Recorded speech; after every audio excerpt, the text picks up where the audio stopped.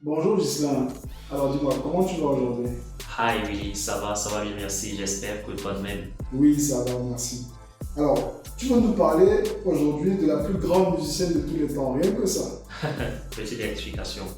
Aujourd'hui, il ne s'agit pas de parler de la plus grande musicienne, mais de la plus grande chanteuse de tous les temps. La précision vous l'appelle car l'accent ici est mis sur les capacités vocales de l'artiste au-delà de la production musicale.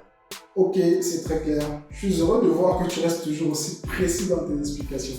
Mais dis-moi, quelle source fait suffisamment autorité dans le monde de la musique pour désigner qu'une chanteuse est la plus grande de tous les temps?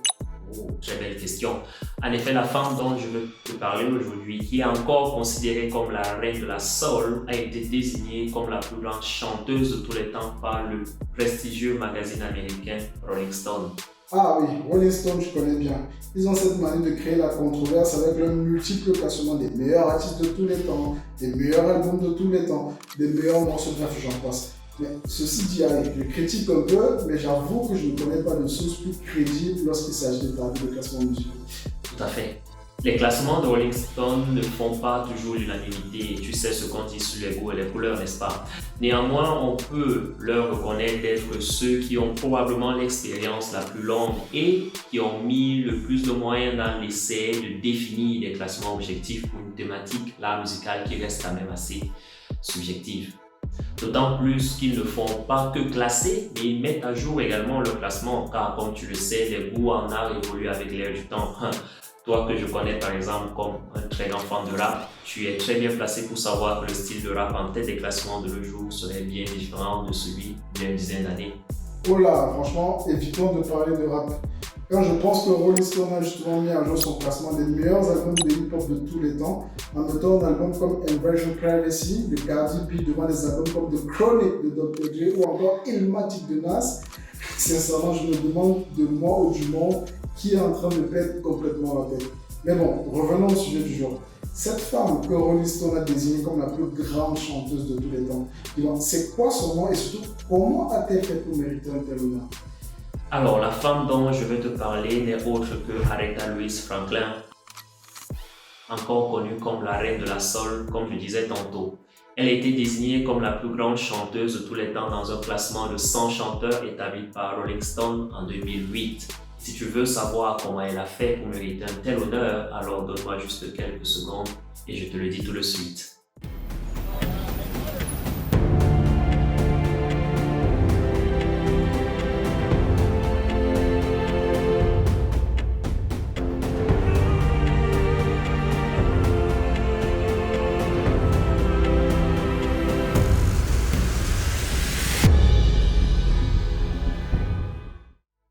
Rolling Stone est un magazine américain bien connu avec plus de 5 décennies d'expérience dans la création de contenus musicaux de qualité qui adressent tous les genres. Ils écrivent également sur des sujets politiques et culturels. Le 27 novembre 2008, ils ont publié une liste des 100 plus grands chanteurs de tous les temps et Aretha Franklin était en tête, numéro 1 de cette liste, réalisée par un panel de 179 experts. Aretha Miss Franklin est née le 25 mars 1942 à Memphis, dans le Tennessee, d'un père pasteur baptiste et d'une mère pianiste et vocaliste accomplie.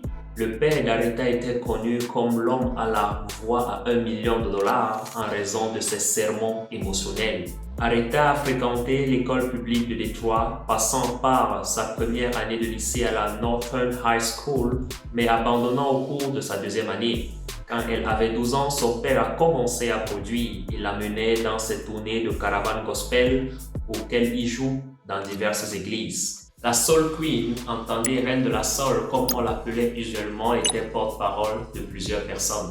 Elle a permis à un nombre incalculable de personnes de se connecter à elle grâce à la qualité de son chant dans tous les genres, racontant des histoires dans ses chansons comme si elle connaissait l'histoire de chaque personne. Elle a régné comme la plus grande chanteuse de rock, de pop ou de soul de tous les temps, prenant la tête de tous les genres musicaux américains indépendamment de son style. Elle créait un sentiment d'intimité, la plus dure et la plus vraie des voix américaines, comme certains le disaient. Certains, comme Luther Vandross, ont poussé la description encore plus loin en disant « Cette femme n'était pas un divertissement, elle était bien plus et au-delà de tout ». Pas étonnant qu'elle ait été classée première en 2008 dans la liste de Rolling Stone, qui a été cependant fortement contestée et critiquée, non pas du fait de la position d'Aretha, mais au vu de la présence des autres artistes dans le top 10. La place d'Aretha n'a dès lors jamais été contestée. Dans la version 2004 de la liste des 500 plus grandes chansons de tous les temps du magazine Rolling Stone, la chanson Respect de la Reine de la Soul s'est classée parmi les 5 premières jusqu'au 15 septembre 2021, date à laquelle elle s'est officiellement classée numéro 1 dans la version la plus récente de la liste. Le classement avait été méticuleusement réalisé par plus de 250 artistes, journalistes et personnalités de l'industrie de la musique. Ce faisant, Rolling Stone a de facto donné à Franklin la première place dans 2 de ses classements les plus médiatisés et les plus controversés. La chanson Respect d'Aretha a été nominée au temple de la renommée des Grammys et est devenue une partie du National Recording Registry administrée par la Bibliothèque du Congrès des États-Unis. Elle a touché et changé la vie de tant de personnes, en particulier des femmes, raison pour laquelle elle a reçu de nombreuses distinctions même après sa disparition. Aretha laissé un impact durable et a su laisser culturellement cet effet. Elle n'a pas eu besoin de faire une sorte de combat car elle était fermement enracinée une fois pour toutes. Elle est restée un mystère pour beaucoup, une personne qui appréciait l'intimité de sa vie et des défis qu'elle a traversés, mais qui pouvait tellement se connecter avec son public que vous penseriez qu'elle connaissait personnellement chacune de vos histoires en vous parlant de vous-même.